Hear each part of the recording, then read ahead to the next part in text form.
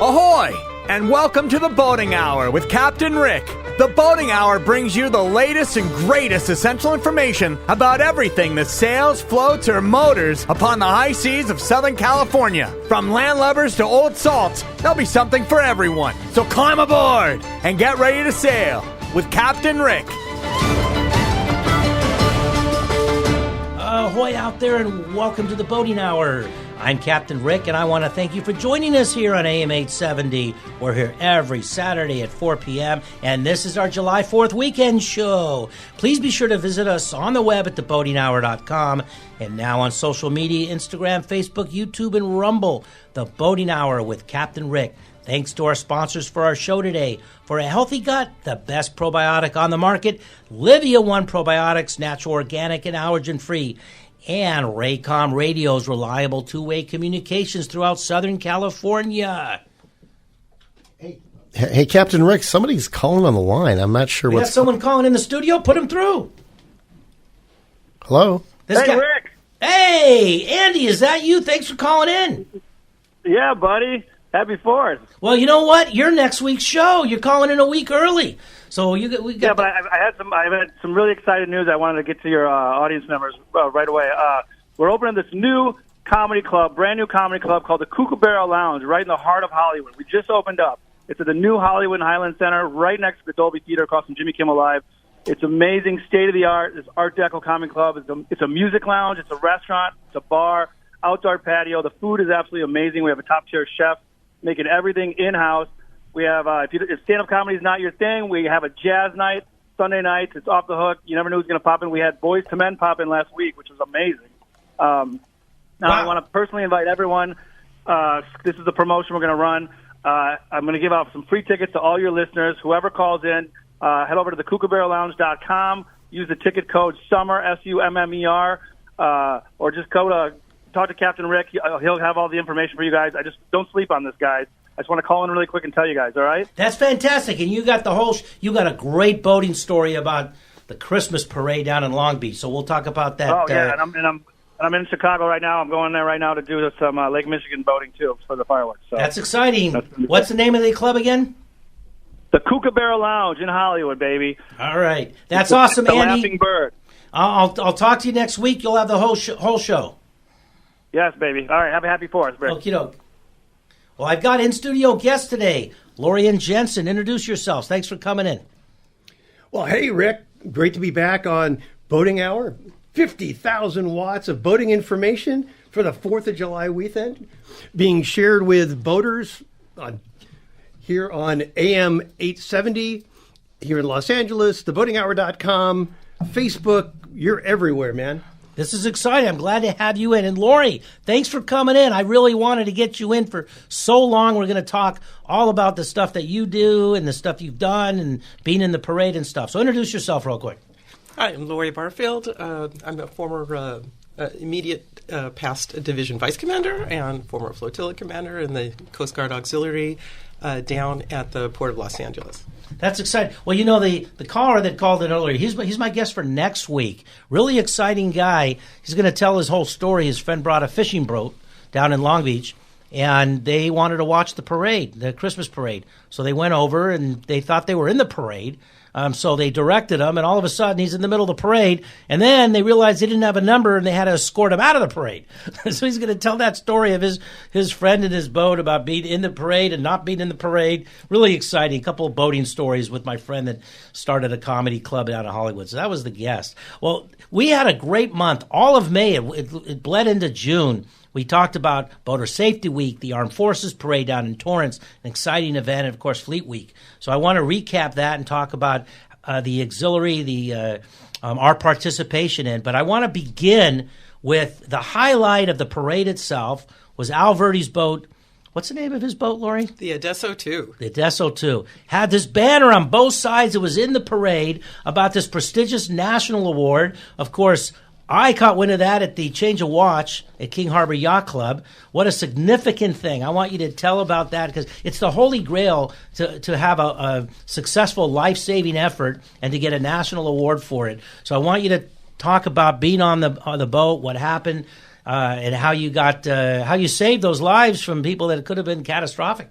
So there were a crew of three of us. The Commodore Alverdi, who owned the Adesso 2, as our coxswain that day.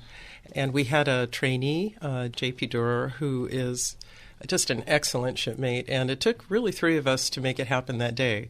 But I have to start out by saying that this award is such a big honor, and it doesn't just speak about one event that one day.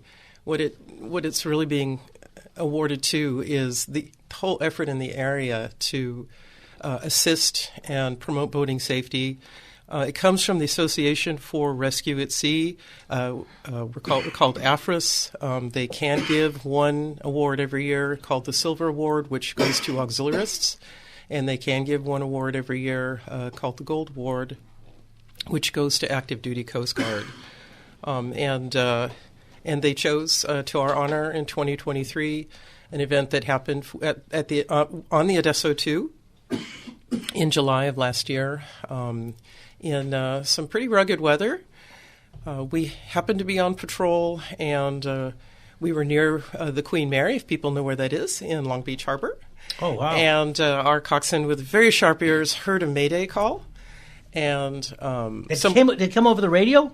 It came over the radio, but the people that were in trouble didn't have a radio. So it was relayed from a Good Samaritan. So that involves a delay, and sometimes situations can really develop when communications are happening. And he responded, and I believe he asked fire department if they wanted us to. We were right around the corner. If they wanted us to try to help, we got the go ahead, and we took off. It seemed like just a few seconds later, but it was probably half a minute, we ran the corner at Pier J and came upon quite a spectacle. There was a 22-foot boat that was near these rocks that are very menacing for boats that size, and a Good Samaritan, a very smaller little fishing boat with two people on it, had come along to help them. They were blown against the rocks in a place where little boats really shouldn't be playing. There is a place in Long Beach harbors where the breakwaters have separation. And so the tide can come in through it and the wind can blow through it. And if the tide and the wind are both blowing toward the rocks, little boats need to transit that area quickly. And this boat had an engine failure at the worst possible time. Oh, my goodness. And the whole family was on board. Every seat was taken. There were 7 souls on board. There were 2 kids, and to our dismay, the only people wearing life jackets at the time were the kids. I mean, it's great that the kids were wearing life jackets, but none of the adults had thought to put their life jackets on, even though they had already apparently hit the rocks at least once. Did that make it more difficult for your rescue? It's just another step that we go through. Safety is number one. But the first thing we had to do was get them away from the rocks because the wind was gusty, and the tide was pushing both of those vessels into jeopardy. And the little fishing boat had this little handheld line. The skipper was at the helm. He had one hand on the helm and the other hand holding the skinny little line that somebody in the other boat was holding on to. So we had people holding these boats together by hand, and the wind was pushing them all back toward the rocks. Anyway, we immediately set up the tow, and our coxswain briefed us on what to do. We tossed them a line. And almost as soon as the line came across, the Good Samaritan dropped his line because, of course, he was being pulled back toward the rocks. We pulled them away, and then we were able, once we got away from the immediate danger, we were able to, indicate to them they had to put on their life jackets and assess the situation and get things set up. And right about the time that we had got that. We were comfortable and they were out of danger, and we were starting to pull them away. That's when the other emergency services arrived. Oh, excellent! Were you able to pull the boat away from the danger, from the peril? Yes. Yeah. Okay, so was anybody in the water? Nobody was in the water, but I'll tell you what, we were just out there a couple weeks ago on almost the same spot in similar weather, and there was a capsized boat. Oh my goodness! That people can end up in the water very easily, which is why it was a big concern that even though these folks had a life jacket for everybody on board, which they should, nobody had thought to put it on, not even the skipper.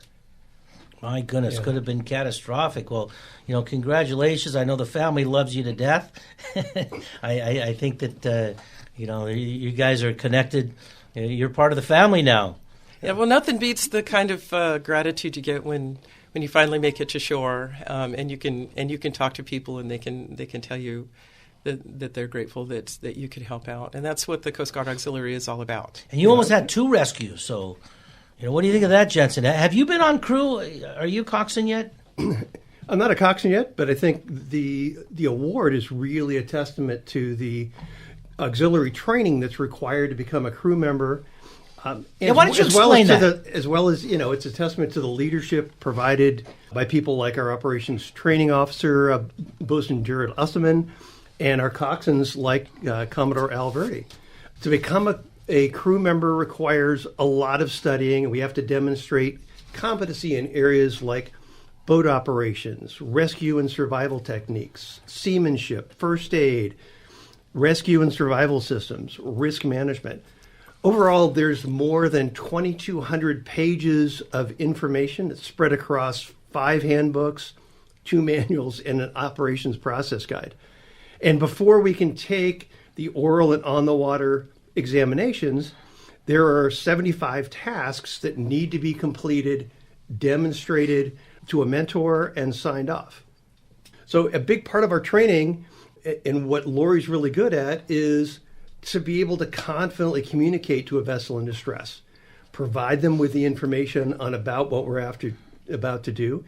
As Lori just described, after the auxiliary vessel gets in position, there's a crew member throws a heaving line, which is basically a lightweight line with a big orange ball about the size of a softball on the end of it. That allows us to throw a line about 75 to 100 feet. Then we talk to the other vessel, have them pull the line in. The crew member then explains how to attach the line, make sure that then everything is secure. But throughout that whole process, the really key thing is to be confident so the people on the other boat remain calm and can listen and follow instructions. It's very stressful for people on a boat in distress. And one of the most important things is to be able to communicate clearly and calmly and confidently so that they're paying attention to you and not paying attention to panicking. And that's one of the things that we talk about a lot in terms of boating safety, is just that for every recreational boater, practice these things, practice, a person going overboard so that you as a skipper know what to do, that your crew knows what to do. And the time to figure all that stuff out is not in the middle of a crisis. So take the time every time you go out, do a drill, even if you're just talking through it, saying, hey, if somebody goes overboard, I'm going to have you call in the radio, and here's the instructions for what you say on the radio. And I'm going to have you just point at the person that's in the water so we don't lose sight of them. Just walking through those kinds of things make a huge difference should an emergency occur. Well, that's what the suddenly in command classes that the Coast Guard Auxiliary teaches. Have you been part of any of those classes, Jensen? Yeah, the suddenly in command is actually the course for somebody that is not normally in charge of a boat, that may be the partner of a boat owner that's out. But if the boat owner, suffers a heart attack or faints or, falls overboard, what are they going to do? I'm a big fan of, if I fall overboard, I want the other people to be able to come back and get me. That's kind of an important thing to me.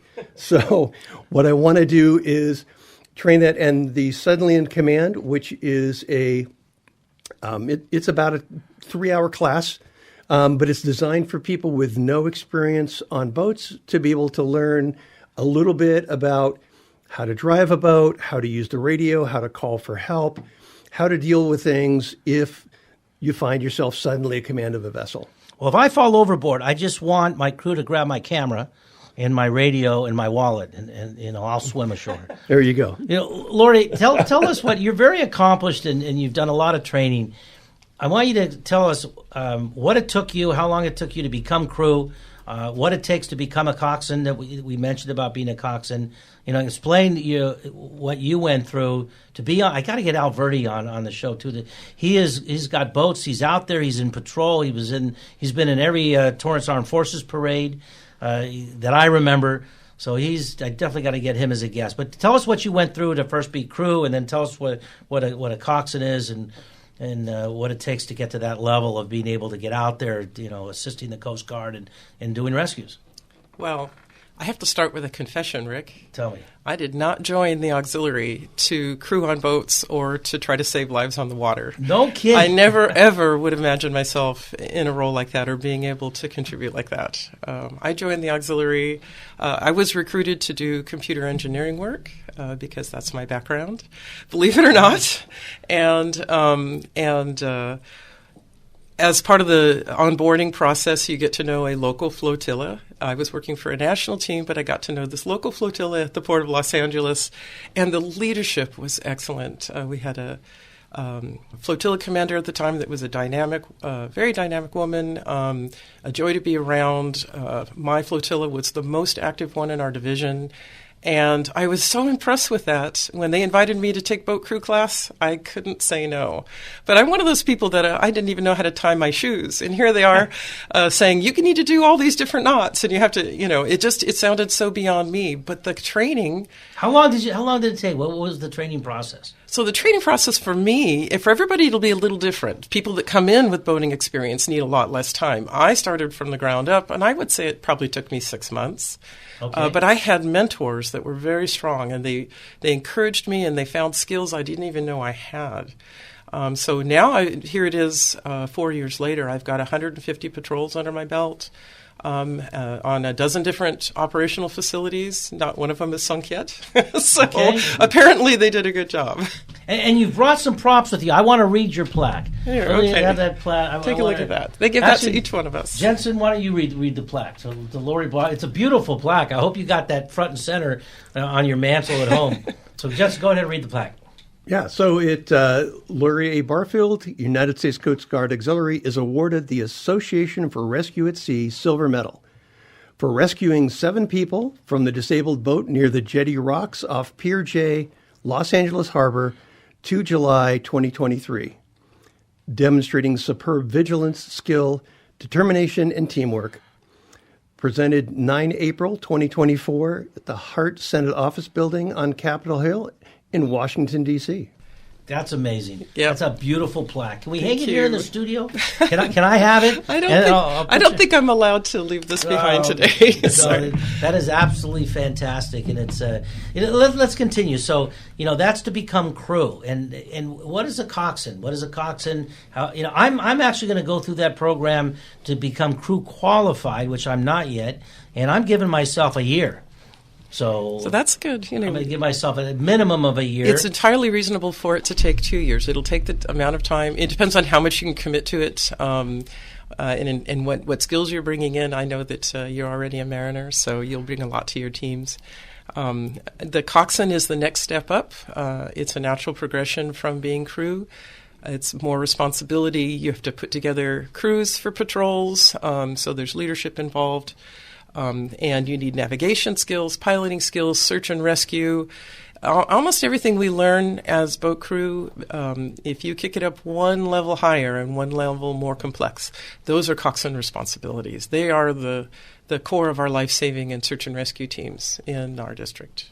And now that the Coast Guard's a little bit down on recruiting, and I know the auxiliary, we're being trained to help them recruit.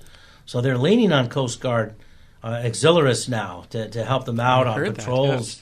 Yeah, so it's an exciting time to be an auxiliarist.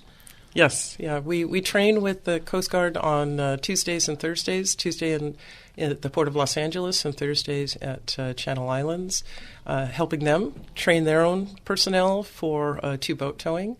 We also help train helicopter air crews. Oh, have you been on that? Oh, yes. Twice a week for years. I tell you, I've seen some videos and some photographs of being the bottom boat, and I don't know how they're not blown away. That helicopter, that blade's got a lot of power. It would lift me off the ground. I think I'd be in the water. So, yeah, well, then I think that's one of the places where it comes back to the practice and really rehearsing things. Because I remember the first time that I was on the back of a vessel, feeling the blast from the helo and the baskets coming down. It was really sensory overload for me. But that's why we practice. It's now something that I can do very well. It actually takes a 3-person crew just to deal with that. You have a primary person that's in charge of, guiding the basket onto the stern of the vessel. You have a secondary person that's responsible for, you actually have to ground either the basket or the line that's dropped, because the spinning blades of the helo can generate a lot of static electricity. So to prevent getting a shock, you have to ground that to the boat before you touch either the basket or the line. And then the third person is just a safety officer who's watching the other 2 people, making sure that everybody is safe as they're doing their jobs. But yes, it's very windy, very overwhelming the first time, but that's why we practice.